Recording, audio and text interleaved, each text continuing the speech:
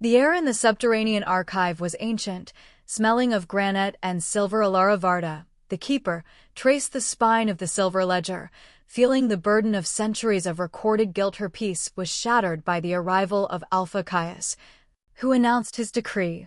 The ledger must be ritually destroyed at the cleansing pyre during his coronation. He saw the book as a liability. Alara saw it as the pack's only moral compass. She refused, sealing her fate as a traitor.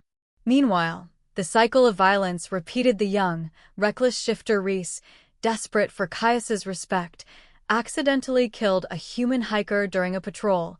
The recklessness, foretold in the ledger, Caius immediately moved to cover it up, demanding Alara burn the book to erase all historical precedents. Alara, determined to prevent another ancestral lie, resolved to use the ledger's hidden rite of penance and atonement.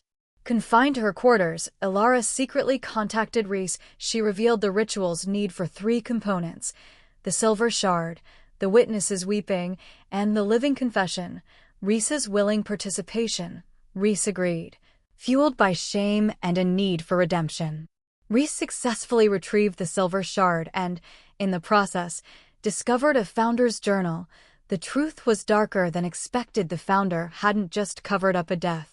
He framed and massacred a rival faction to seize power. Caius was the unwitting inheritor of a bloodline founded on treason. Reese shared this devastating truth with Alara.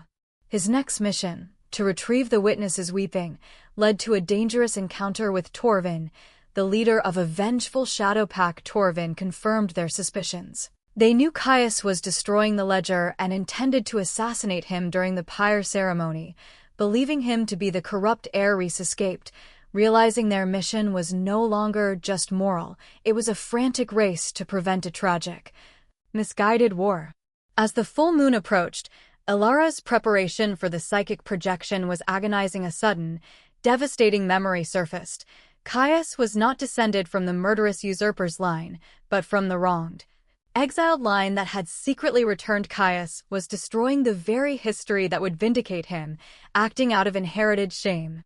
During a search, Caius's men found a fake ledger Alara had prepared. Triumphant, Caius ordered Reese publicly confined as a sign of his authority to break Alara. Caius then ordered a ceremonial burning of all archival scrolls, filling the air with acrid smoke, a masterstroke of historical terrorism.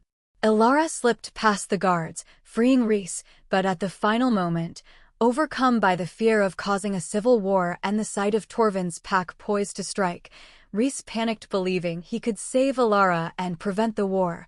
Reese rushed to Caius, exposing their plan and revealing the location of the real ritual components, but not the real ledger. Caius, seizing the political advantage, instantly banished Reese and threw the silver shard and the witnesses weeping onto the pyre. The ritual was destroyed. Alara collapsed, her life's work reduced to ash and betrayal. In her darkest hour, Alara realized her greatest failure was allowing the burden to rest on one person. She found a faint memory, a forgotten emergency psychic protocol. The physical components were gone, but the truth still lived in her mind. She had one last chance to use her perfect recall as a force multiplier. She found Reese, broken but alive, being led into exile. She convinced him that his new role was to be the distraction, to publicly proclaim the truth at the pyre one last time, to draw attention to himself and Caius. Reese, stripped of everything but his resolve, returned to the Alpha's hearth. As the guards watched, Reese loudly proclaimed Caius's ultimate crime of lying to protect his ancestors' treason.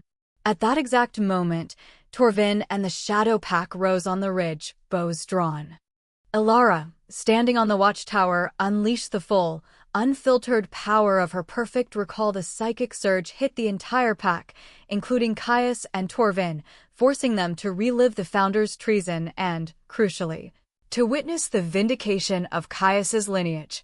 The shock broke both the tyrant and the assassin. Caius collapsed, overcome by the devastating truth that freed him by utterly destroying his identity. Torvin, seeing the target was innocent of the crime he sought to avenge, ordered his pack to retreat. The assassination was thwarted. The reckoning was complete. Caius, humbled and broken, chose exile. The pack, reeling from the collective truth, established a regency council. Ilara survived the psychic drain but was left physically frail and spiritually free. She passed the torch to Rhys. Rescinding his exile, his new duty was to begin the Chronicles of Atonement. Recording every act of restitution and honesty the pack undertook to cleanse its guilt. 2 years later, Rhys, the new keeper, visited Ilara in her quiet retirement cottage. The pack was struggling, but honest Ilara, no longer burdened by the past, had achieved peace. She had sacrificed the ledger to save the truth. Entrusting the painful but necessary future to Rhys, the man who understood that honesty was the only true shield. Thanks for watching. Don't forget to like, subscribe, and hit the bell for more epic werewolf romance audiobooks.